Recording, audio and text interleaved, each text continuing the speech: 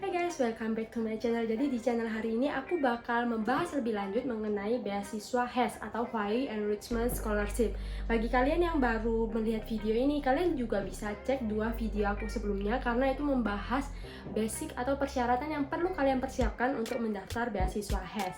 Jadi karena sekarang udah di bulan Juni, jadi it means bahwa pengumuman beasiswa HES itu biasanya udah keluar.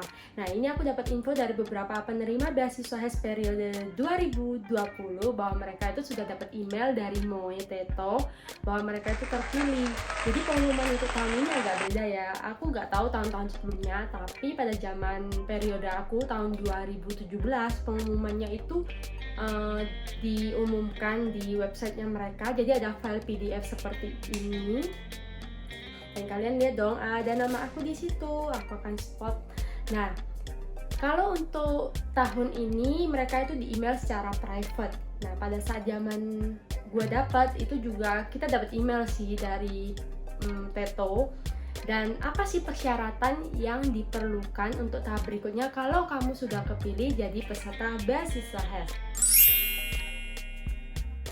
Nah, pastinya kalian pertama akan dapat informasi dari pihak yang bersangkutan bahwa kalian itu lolos beasiswa HES, dan dokumen-dokumen yang perlu kalian persiapkan selanjutnya itu akan mereka sampaikan di email. Nah, berdasarkan pengalaman aku dan beberapa info dari penerima beasiswa HES di tahun ini, persyaratan pertama yang harus kalian lampirkan adalah kalian harus menyerahkan LOA kepada Teto Indonesia ya.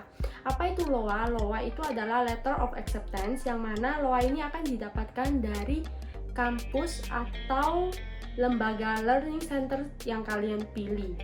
Nah, persentase untuk dapat LOA ini cukup tinggi guys, jadi kalian nggak perlu khawatir asal kalian itu dapat memenuhi segala persyaratan atau attachment yang diperlukan. Nah, biasanya itu attachment yang diperlukan itu seperti mungkin financial statement sebanyak 3 bulan ya, yang simple-simple seperti itu, seperti kita kalau mau daftar kuliah di luar negeri. Nah, untuk pendaftarannya kalian bisa lakukan secara online karena sekarang basis pendaftaran di negara Taiwan di beberapa univ yang cukup besar dan univ-univ lainnya itu rata-rata sudah menggunakan pendaftaran secara online. Jadi kalian cara daftarnya gampang banget, kalian langsung aja ke websitenya mereka, lalu kalian apply, register untuk pendaftaran. Nah, ketika kalian apply dan kalian mengisi formulir pendaftarannya dan kalian memberikan attachment lain untuk kelengkapan, maka kalian itu akan mendapatkan konfirmasi by email setelah mungkin paling lambat 1 minggu ya, karena menurut aku proses mereka itu cukup cepat sih. Kalau pada saat pendaftaran kamu melampirkan email yang benar, pastikan alamat email dan nomor telepon kalian serta alamat itu sudah benar.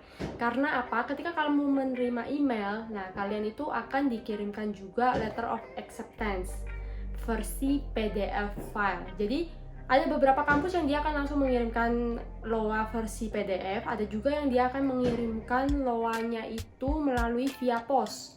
Jadi itu akan diterima di Indonesia atau akan kamu terima mungkin sekitar 2 minggu sampai 1 bulan lamanya. Tapi ini nggak menjamin LOA itu bisa kamu terima guys. Karena apa? Karena kalau pengiriman dilakukan via pos, kamu itu nggak bisa tracking LOA kamu, dokumen kamu itu sudah sampai di mana. Sedangkan biasanya kalau misalnya kamu terpilih menjadi penerima beasiswa, kamu itu akan diberikan deadline untuk mengirimkan LOA ke Teto secepatnya. Biasanya ada waktu mungkin sekitar 1-2 bulan sih seingat aku. Nah, untuk tahun ini, berdasarkan info dari penerima beasiswa tahun 2020, aku diinfoin kalau mereka itu dimintain LOA versi PDF, jadi by email aja, desain by email. Ya mungkin karena Teto juga menimbang karena pada saat ini itu masih coronavirus, jadi masih ada kendala COVID-19, sehingga mungkin beberapa aspek itu kurang fleksibel untuk dilakukan, kurang efisien seperti pengiriman pos dan lain sebagainya. Jadi untuk yang tahun ini itu mereka minta dalam bentuk soft file aja, jadi LOA itu bisa dikirimkan. Nah, gimana sih cara dapetin LOA by soft file kalau misalnya kalian tidak dapat kiriman email dari kampus yang bersangkutan? Nah, kalian itu bisa follow up by email ke email bagian international affairs di kampus-kampus yang kalian pilih, karena biasanya sudah mereka lampirkan di websitenya mereka cukup lengkap. Nah, dari situ kalian bisa email dan kalian meminta percepatan pengurusan dan menginformasikan kepada pihak kampus bahwa kalian itu merupakan penerima beasiswa HES. Tapi setahu aku dan berdasarkan beberapa sharing dari teman, biasanya kampus-kampus Taiwan itu memproses letter of acceptance itu cukup cepat kok. Jadi mereka itu biasanya proses cukup cepat. Nah, namun mungkin ada beberapa dari mereka yang tidak mengirimkan dalam bentuk soft file di email. Jadi kalian bisa aja langsung reply email mereka dan kalian sampaikan bahwa kalian itu membutuhkan soft file-nya terlebih dahulu untuk kepentingan kelengkapan dokumen beasiswa HES gitu aja. Jadi so far untuk poin ini menurut aku it's not a big problem, jadi cukup mudah. Nah, untuk berikutnya aku akan bahas beberapa pertanyaan yang disampaikan kepada aku versi private. Ada beberapa yang via Gmail, ada juga beberapa yang DM aku di Instagram. Jadi Kak, yang join beasiswa HES itu apakah harus bisa Mandarin? Nah, pertanyaan ini mari kita jawab. Jadi nggak harus bisa bahasa Mandarin. Jadi even kamu itu nol putul nggak ngerti apa-apa, jadi kayak kamu cuma ngerti atau mungkin kamu cuma ngerti xie atau kamu cuma karena dari berbekal nonton drama-drama itu kamu cuma ngerti wo ini, it's okay guys. Jadi it's not a big problem. Jadi beasiswa HES ini memang untuk belajar bahasa Mandarin. Jadi even though kamu itu bener-bener basic gak ngerti apa-apa, it's not a big problem. Jadi kalian masih bisa tetap daftar. Nah, ada yang tanya, kakak dulu pas di sana itu apakah mulai dari basic atau gimana? Kalau aku dari periode 2017-2018, waktu itu aku memilih kampus yang aku pilih adalah MTC, Mandarin Training Center, yang merupakan kampus NTNU, National Taiwan Normal University, yang lokasinya ada di Shita, Taipei. Nah, waktu itu aku masuk langsung ke level 4, jadi langsung di buku 4, karena aku waktu itu mengikuti placement test. Jadi pada saat kalian di kampus-kampus, kalian akan masuk mulai semesternya, itu biasanya kan ada kayak pendaftaran di Indonesia gitu. Jadi kalian harus melakukan registrasi dan mungkin pembelian buku lain sebagainya, terus lihat kelas, kalian masuk kelas apa. Jadi I think that it's not a big difference between Taiwan and Indonesia. Jadi pada saat tahap ini kalian itu juga pasti akan melalui tahap-tahap seperti ini. Jadi biasanya registration day atau HEREC itu biasanya sekitar mungkin 1 minggu sebelum semester itu dimulai. Jadi kalian itu akan diumumkan biasanya by email, atau kalian bisa langsung cek website mereka, karena mereka itu sangat update sih di website. Jadi kalian bisa cek tanggalnya itu kapan, terus kayak kalian bisa cek juga apa sih yang kayak kalian perlu persiapkan. Nah, untuk kalian penerima beasiswa HES, kalian itu bisa juga informasikan ke sekolah yang bersangkutan bahwa kalian itu merupakan penerima beasiswa HES.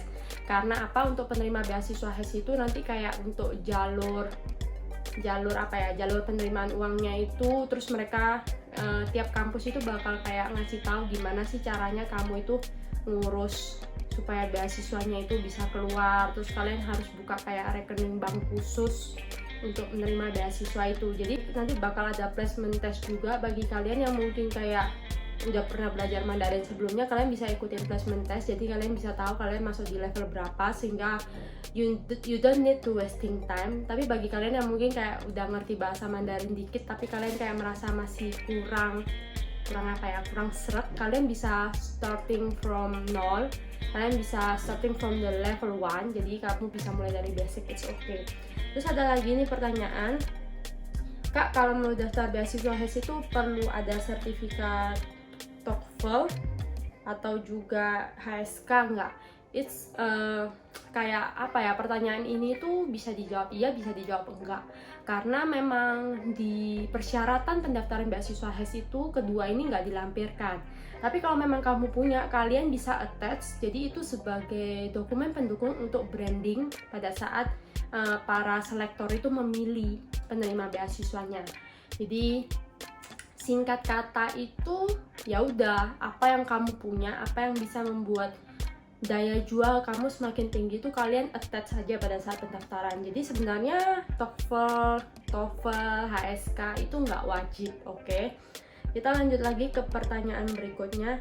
Kak, misalnya aku daftar nih ke kampus yang bersangkutan, nah apakah aku perlu bayar uang pendaftarannya dulu atau gimana? Nah, untuk pembayaran uang pendaftaran ini, tiap kampus itu berbeda, mereka punya regulation yang berbeda. Jadi kalian perlu update lagi ke mereka, kalian bisa email mereka, karena menurut aku mereka pasti fast respon banget terkait ini. Terus kayak tergantung sih, kalau di kampus yang aku pilih, MTC, NTNU yang ada di Taipei, itu pembayarannya itu bisa kalian lakukan pembayaran by credit card atau ya by credit card melalui website mereka pada saat kalian udah selesai daftar. Nah, nanti pada saat registration itu jadi kalian nggak usah bayar lagi.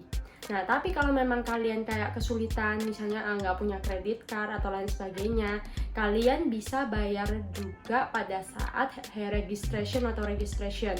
Jadi pada saat biasanya sekitar 1 minggu sampai 5 hari sebelum semester itu dibuka, kalian pasti harus registrasi ulang, dan di situ kalian bisa lakukan pembayaran. Pembayarannya itu bisa via 7-Eleven. Jadi kalian bisa setor uangnya ke 7-Eleven ke nomor rekening yang sudah mereka siapkan gitu. Biasanya pas kalian registrasi itu dia kayak udah lampirannya udah komplit banget gitu loh guys, kayak kalian itu tinggal kayak ngikutin prosedurnya, dan biasanya ada volunteer yang membantu pada saat proses registrasi, dan itu biasanya diambil dari mahasiswa atau pelajar yang lagi belajar juga di learning centernya.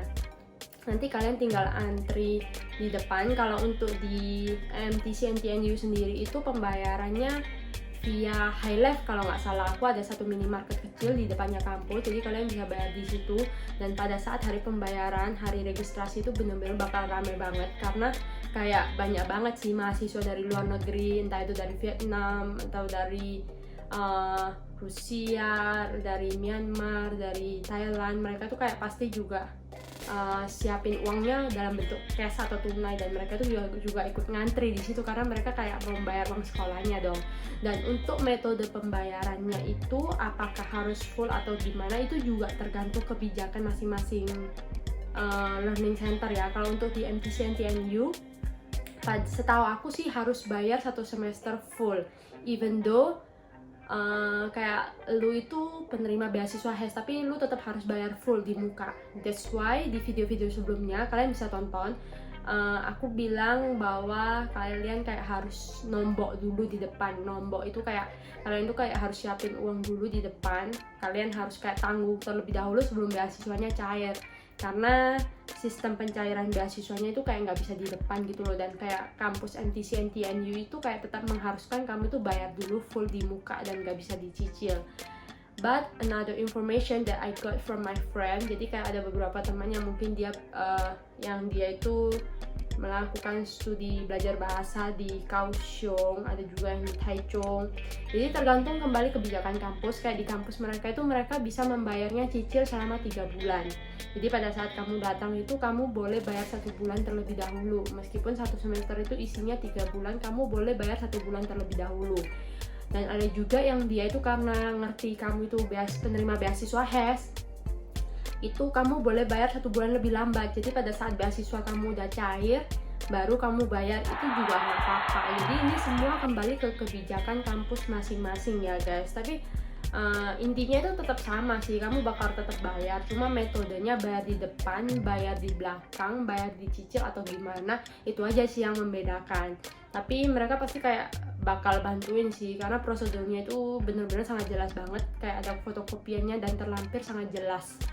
Dan next, pertanyaan selanjutnya kayak, Kak, beasiswanya itu cairnya kayak gimana sih sistemnya? Nah, beasiswanya itu bakal cair H+1 bulan setelah kamu sudah melakukan pembelajaran di kampus yang kamu pilih. Dan pastinya kamu nggak bisa kayak sebentar-sebentar pindah kampus, kamu harus kayak selesaikan di kampus itu selama 1 semester. Dan menurut aku prosedur pindah ke kampus yang lain itu kayak agak cukup rumit. Jadi pastikan pilihan kamu di depan itu sudah benar-benar pilihan kamu yang matang. Jadi supaya menghindari kayak kamu itu pindah dari kampus satu ke kampus lainnya. Dan pencairan beasiswa itu akan dicairkan ke rekening bank, yang mana rekening bank itu kalian harus buka pada saat kalian sampai di sana. Tapi kalian don't need to worry karena kayak kampus itu bakal memberikan arahan. Bank yang kalian buka itu adalah bank yang kerjasamanya itu sama kantor pos, dan itu kayak nggak ada adminnya. Jadi setiap bulan nanti uang beasiswa kalian akan dicairkan ke rekening bank kalian yang sudah kalian daftarkan, sudah kalian bikin, dan kalian laporkan ke kampus. Karena nanti kampus itu yang bakal bantu proses kayak list nama-nama penerima beasiswa HES dari seluruh negara di dunia ini. Terus nanti akan diserahkan kepada mungkin Teto atau Moe, I'm not sure, tapi nanti kayak mereka bakal listing dan diserahkan supaya nanti uang beasiswa itu dicairkan ke kalian. Dan kalian juga harus info ke kampus, karena apa? Karena kampus itu akan yang bantu koordinasi. Jadi supaya koordinasi dalam arti persyaratan untuk dapat beasiswa, dapat pencairan beasiswa itu kalian harus mengikuti persyaratan jam kalian sekolah. Jadi kayak kalian harus hadir berapa jam dalam 1 bulan, terus kalian harus mengikuti kelas tambahan itu selama berapa jam, terus kalian itu ada jatah bolos itu selama berapa mata jam pelajaran gitu. Jadi kampus itu bakal melakukan record. Jadi di sini jangan salahkan kalau beasiswa kalian itu nggak cair karena kalian itu banyak bolosnya. Jadi kayak menurut aku it's not worth it, karena dalam 1 hari itu kalian kayak studi itu mungkin sekitar 2-3 jam aja. Terus kalian bolos untuk hal-hal yang nggak penting, kayak ya it's wasting time menurut aku. Dan itu juga merugikan kalian sendiri, karena nanti akan ya bener-bener pihak kampus itu bakal susah bantu, karena apa yang terikut itulah yang akan dilaporkan. Jadi kalau misalnya uang beasiswa kalian nggak cair itu, ya kalian kalau memang udah melakukan sebaik mungkin dan memenuhi persyaratan, kalian bisa tanyakan ke sekolah. Mungkin ada yang kayak kesalahan gitu, kesalahan input nomor rekening atau lain sebagainya. Tapi kalau memang kalian itu bolos, ya it's your fault guys, jadi kalian harus tanggung sendiri. Terus ada yang tanya, kenapa sih kakak milih MTC NTNU? Jadi sebelum aku menjatuhkan pilihan ke sini, kayak aku punya teman. Jadi temanku ini dulu kerja di Taiwan Education Center. Ya, jadi dia itu memberikan aku masukan bahwa top ranking untuk kampus-kampus yang belajar Mandarin itu ini loh. Dan waktu itu memang posisinya MTC NTNU itu yang the best untuk kayak belajar Mandarinnya.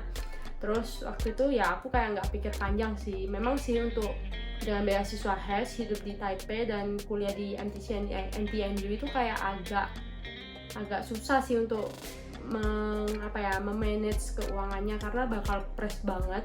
Tapi kayak benar-benar worth it sih kalau kalian memang benar-benar belajar, kayak udah dapat satu step, yaitu udah dapat beasiswa ini, ya why not gitu loh, kayak kalian totalitas untuk memilih yang terbaik untuk diri kalian sendiri.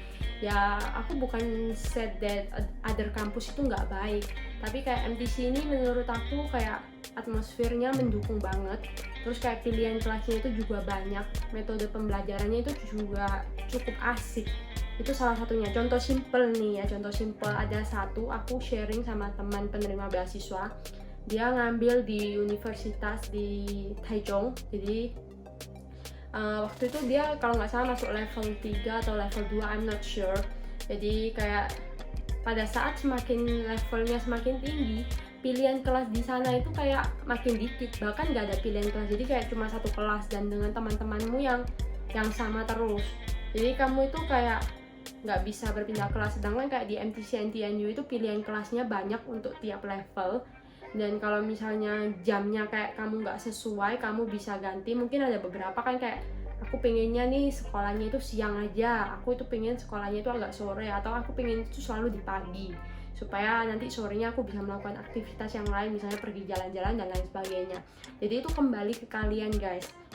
Nah Sedangkan kayak di MTC NTNU itu pilihan kelasnya itu bener-bener banyak. Jadi kayak dalam waktu setelah semester dimulai, kalian itu punya waktu sekitar 1 minggu untuk berganti kelas sebanyak 2 kali kalau nggak salah. Dan itu harus sesuai dengan apa ya, kalian kayak apply tanda tangan ke guru kalian, ke laoshi kalian di kelas yang bersangkutan. Jadi misalnya kalian merasa jamnya itu nggak cocok, kamu itu pengennya pagi tapi kamu dapet yang siang, atau kayak kamu nggak suka sama pengajarnya, itu juga boleh. Atau mungkin kayak aku pengen nih satu kelas sama temen aku yang ini karena dia kayak lebih pintar, supaya nanti aku juga ikut upgrade lebih pintar. Nah, it's okay guys, jadi kalian punya kesempatan. Sedangkan kalau misalnya nggak ada pilihan kelas nih guys, kayak teman kalian itu aja, meskipun kamu naik satu level lebih tinggi, atau mungkin pas kamu nggak suka sama gurunya, ya nggak suka sama guru ini kayak banyak alasannya. Bisa juga karena metode cara ngajarnya itu kayak nggak serta sama kamu kan. Itu kayak kalian bisa tuker kelasnya. Kalau di MTC NTNU ya mungkin beberapa kampus lain juga bisa, tapi kayak ya just smart lah, kalian pilih dengan baik karena kayak ini kesempatan bagus sih menurut aku. Oke, kita lanjut lagi untuk next question. Jadi ada yang tanya lagi nih,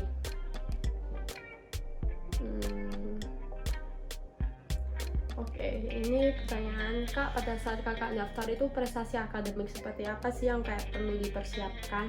Nah, sebenarnya kayak prestasi yang perlu kalian lampirkan itu adalah kayak apa ya, record belajar kalian yang paling update, paling terakhir itu yang kalian serahkan gitu loh. Jadi misalnya kamu terakhir itu lulus SMA, ya udah kalian kasih aja rapot-rapot SMA. Terus kalian kayak lampirkan semua dokumen-dokumen pendukung. Misalnya kamu ada kayak sertifikat lomba, terus ada kayak kegiatan organisasi dan lain sebagainya. Terus kayak kalian mungkin kalau memang udah pernah bekerja, kalian bisa sampein kalian pernah bekerja di sini.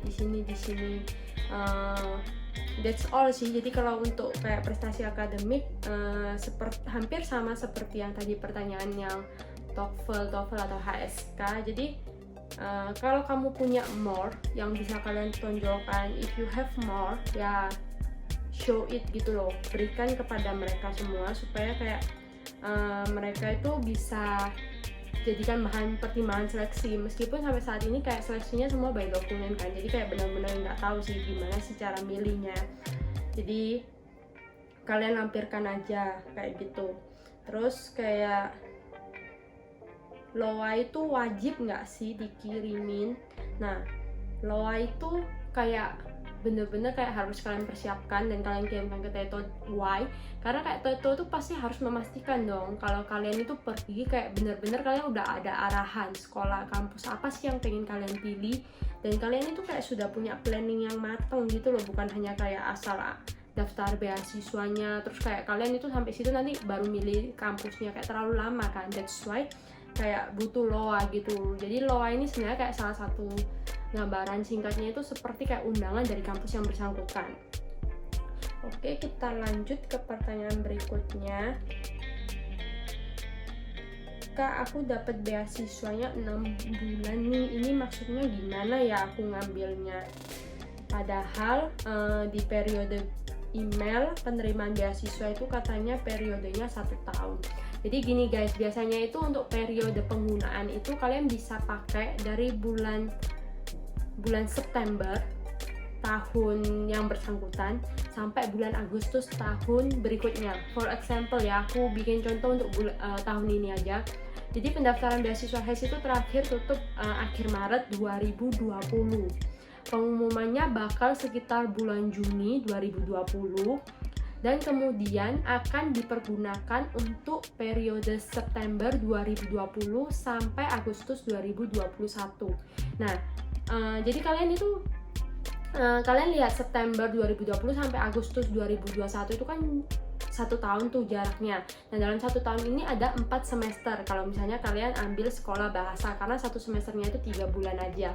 Nah, kalau misalnya kalian dapat beasiswanya itu 6 bulan, berarti kalian bisa ambil 2 semester. Jadi kapan sih kalian gunain, apa harus langsung September nih kalian gunain? Nggak harus guys. Jadi kalian mungkin kayak mikir mungkin kayak ada skripsi atau mungkin ada keperluan terkait kelulusan yang perlu kalian selesaikan, atau mungkin kalian udah kerja itu masih kayak kecantol sama kontrak kerja yang harus diselesaikan sampai waktu yang bersangkutan. Kalian bisa kayak ngambilnya agak mundur gitu loh, misalnya oh ya aku ngambilnya mulai periode Desember sampai Februari aja nih, atau mungkin aku mau ngambilnya oh Februari tahun depan deh sampai yang sekitar bulan Mei apa Juni gitu, atau mungkin kamu mau ngambil termnya langsung, it's okay, pokoknya kamu itu dapat beasiswa ini, misalnya kamu daftar periode tahun 2020 ya kamu bisa pakai dalam durasi yang aku bilang tadi 1 tahun itu. Jadi kalian bisa pilih kalian mau ngambilnya di term yang mana, di yang winter lah atau yang summer dan lain sebagainya, itu terserah kalian ya. Jadi itu kembali lagi ke kalian. Lalu untuk pertanyaan-pertanyaan lain nanti aku akan jawab lagi di video-video selanjutnya. Dan aku bakal sharing lebih banyak lagi karena ada yang request untuk sharing mengenai biaya hidup di Taiwan dan how to survive di Taiwan dengan menggunakan uang beasiswa HES ini. Jadi untuk kalian yang mungkin punya pertanyaan atau mungkin kurang jelas, atau mungkin kalian para penerima beasiswa HES dan mungkin ada pertanyaan-pertanyaan yang ingin ditanyakan, kalian bisa leave comment atau kalian bisa reach me on my Instagram for fast response, atau kalian juga bisa email aku sih, cuma kalau email itu kayak aku agak jarang buka.